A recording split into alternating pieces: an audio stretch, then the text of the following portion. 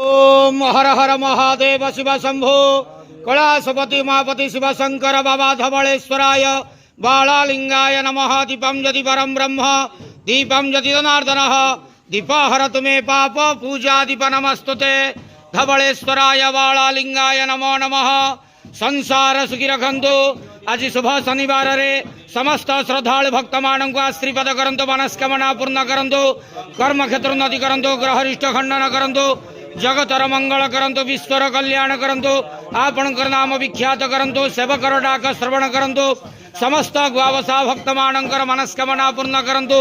जो जो भक्त माने आपण पाखरे मानसिक रखिछंती तांका मानसिक पूर्ण करंतु। धवलेश्वराय बालालिंगाय नमो नमः। संसार सुखी रखंतु, आनंदे के वार हरि बोलो। आज शुभ शनिवार रे समस्त श्रद्धालु भक्त मानक आशीर्वाद करंतु, आनंदे के वार हरि बोलो। धवलेश्वराय बालालिंगाय नमो नमः।